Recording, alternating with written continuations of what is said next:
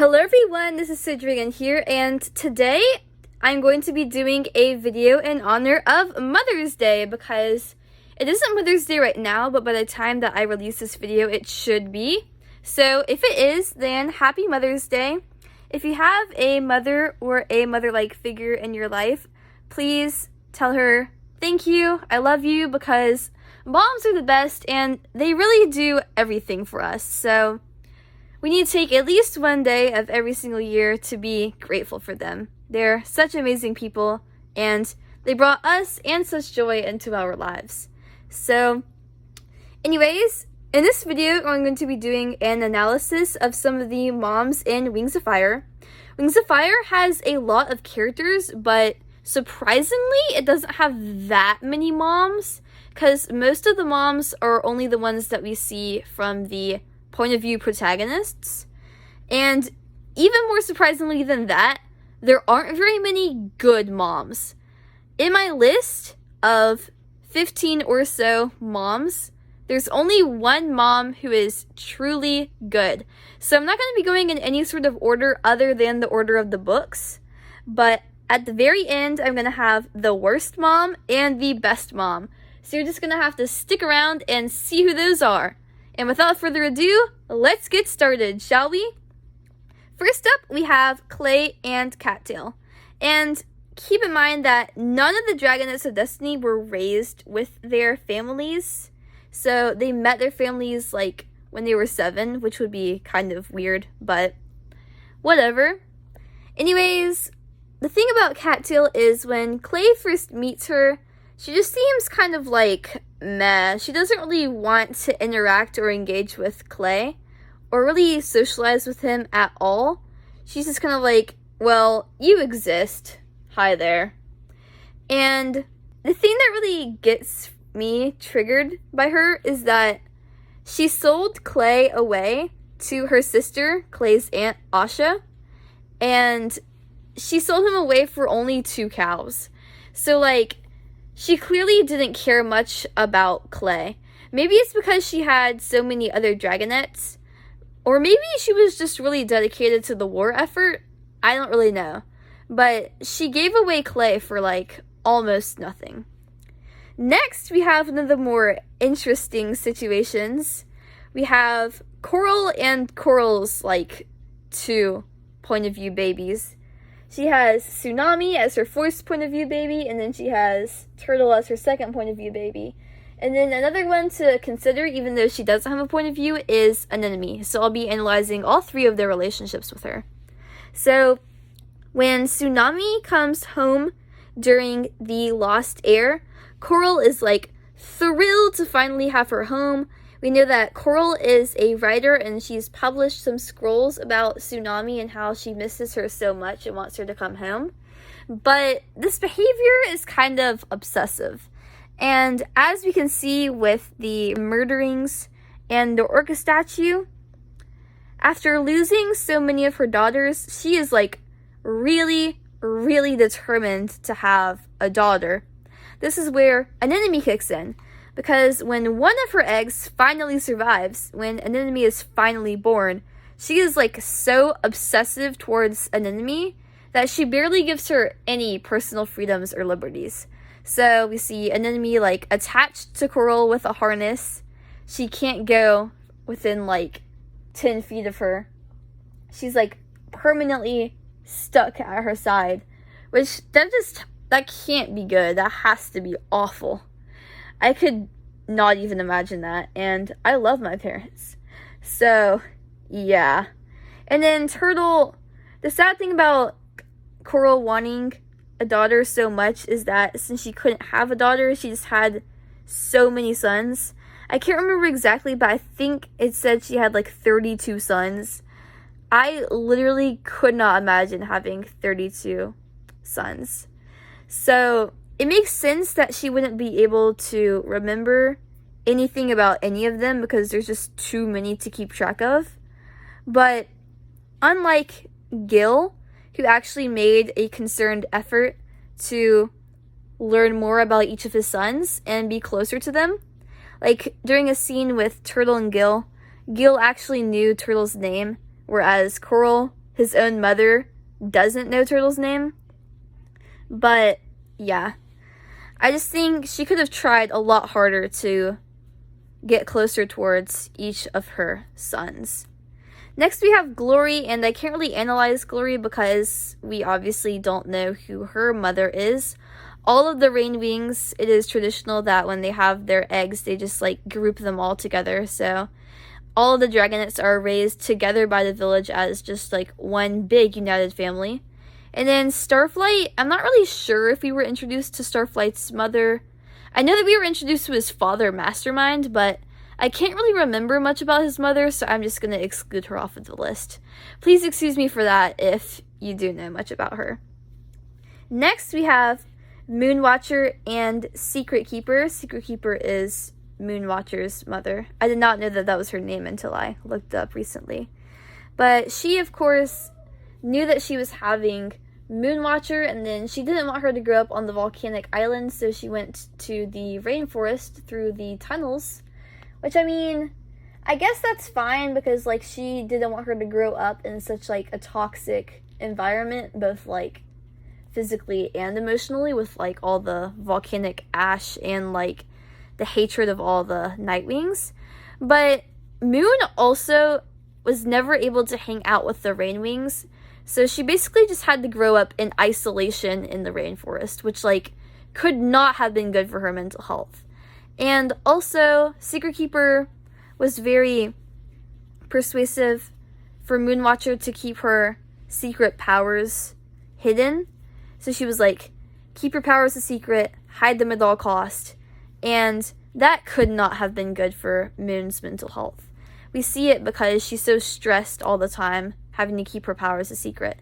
And if she had just, like, told everyone about them from the start and been honest and open, then a lot of the conflict could have been avoided. So, Secret Keeper did not give Moon very good advice. Next, we have Peril and Kestrel, which Peril almost never interacted with Kestrel because she had been separated from her for all of her life, and then when she did finally come back, they knew each other for like a day, and then Blister murdered Kestrel. But I think Kestrel is actually pretty good because she knew that since Peril was a Fire Scales, Queen Scarlet was going to execute her. So she tried to run away with Peril and Sky, but she accidentally dropped Peril into the river. And that wasn't really her fault because Peril, like, burned the side of her face. So, I mean, like, what more can she do? And then Queen Scarlet got her, so, like, there really wasn't anything that she could do. We can't really blame her for that. Next, we have Keebly and Cobra, who are, I think, the second worst probably on this list, because Cobra is just really bad to Keebly. Because Cobra comes from a long line of villains. You know, her mother is Vulture, who was like the kingpin of the Scorpion Den, and then Cobra's other two children, Sakura and Rattlesnake, Keebly's brother and sister, they're more on the evil side as well, so she's probably prouder of them for being evil. She does not like Keebly because he is kind, but you can't help who a person is, and a good parent would be accepting of their child no matter how they were. Even though she showed him such toxic behavior, Keebly still loved Cobra, or at least tried to. One of the scenes, he knew that Cobra's favorite fruit was a coconut, so he found the coconut somewhere. He fought for it, I'm pretty sure. And then he gave her the coconut, and she was like, "You stupid idiot! You should have just had this for yourself, but you gave it to me? How awfully, disgustingly kind of you." It was sad to watch him be treated like that. Like, for doing such a kind thing for her, even though she was never kind to him, and then getting treated like that in response. It's just not okay. And then we have Blue and Luna. I don't really know the situation with their moms. I think they are always described as siblings, but I think they're step-siblings. I think Admiral is both of their fathers, but then I think one of their mothers is Silverspot, and then one of their mothers is Burnett. And we never really got the chance to see either of them, but from what we did get to see, I think that Silverspot and Burnett are both very nice, because I think in the last book, or close to the last book, Blue introduces Silverspot and Brunette to Cricket, and even though Cricket is, of course, a hiving, they're still accepting of her, which is pretty nice. Then we have Cricket herself and Cattail and Katydid. I think Cattail wasn't really mean to Cricket. It's just she was very, like, cold and bitter. And I guess it would be weird just, like, automatically having to pretend that your granddaughter is, like, your actual daughter and that your actual daughter is her sister. But that whole entire situation, it was still good of her to support Katydid in that situation. And as, like, a supportive older sister from Cricket's eyes, Katydid was a wonderful mother to Cricket. I just wish that she could have been seen as her mother instead of just seen as her older sister. Then we have Sundew and Belladonna. Belladonna is, like, not okay. Like, she puts so much pressure onto Sundew, even though Sundew already has all of this pressure on her because she's essentially the Leafwing princess from the Poison Wing part of the tribe, and she has, like, the whole entire war effort sitting on her shoulders. And on top of that, she's like, you have to harness your power, you can't make friends with any Hivewings or Silkwings, you have to destroy everything in your path, and you have to marry this guy you don't want to, and you can't hang out with your Sapwing girlfriend. She's just not okay. She's controlling, which I think makes more sense than for Coral to be controlling because they have, like, things at stake, actually. But, yeah, she's too controlling for me. I think, is it Hemlock who's Sundew's dad? I don't know Sundew's dad's name. I think Hemlock is fine, but, like, Belladonna is, like, not fine. And then, before we get on to the worst and the best, we have Snowfall and Glacier. And I think in Snowfall's POV, she was talking about, like, how her mother was always, like, kind and respectful towards her, but she always thought that her other sister, Crystal, was her favorite because she was the best and she was perfect. But how Snowfall was so surprised that Glacier chose her to be queen instead of Crystal, and how she thought that this was because Crystal had a love affair with the Mudwing, Gariel.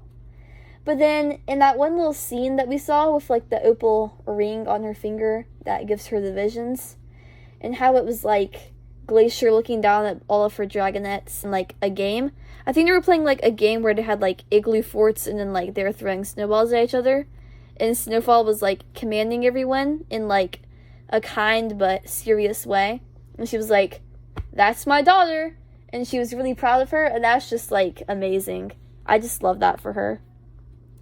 Now we're going to move on to the worst, which I think the worst is even worse than Sundew and Belladonna and Keyblade and Cobra is Winter and Tundra.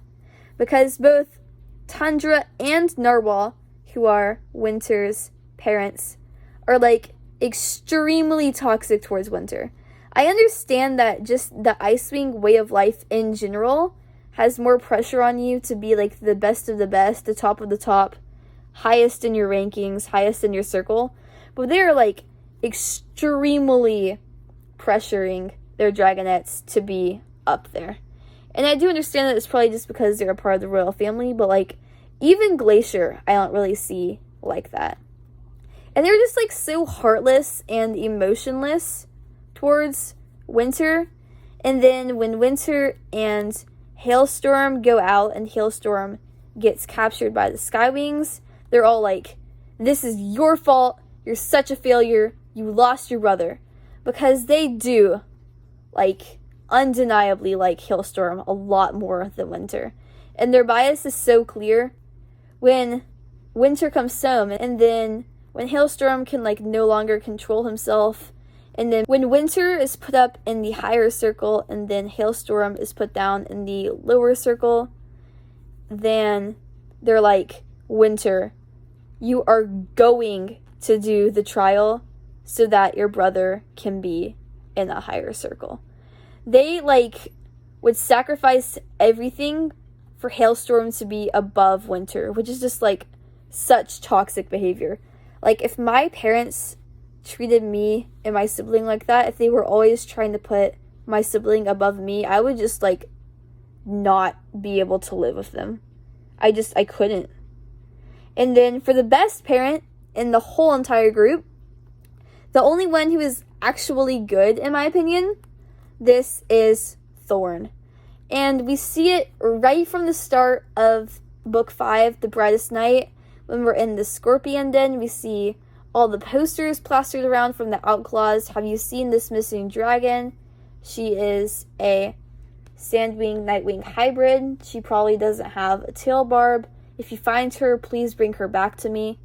And then, like, as soon as she meets Thorn, Thorn's like, Sunny, you're my daughter, and gives her a big hug, and she's like, I love you so much, I miss you, and please trust me, if it were up to me, I would have never lost you. And it's just so sweet. I love how they had that reunion with each other. And then how Thorn was actually, like, a major presence in the rest of the book.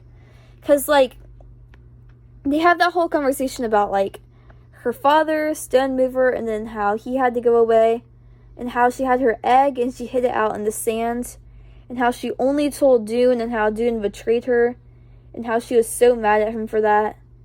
But also how, like, she would have named her Beetle, and she was thinking about her little Beetle all the time that she was away, and she was just waiting for her to come find her once again. That was just so sweet. And Thorn is just, she's an amazing character overall. She's an amazing queen. She's an amazing mom. She's an amazing person. So I think Thorn is definitely the best one on this list. But I would love to hear your thoughts and opinions if you agree or disagree and think differently. But anyways, that's pretty much it for this video. Thank you so much for watching. If you enjoyed it, please remember to like and subscribe, because I will be posting lots of Wings of Fire related content soon.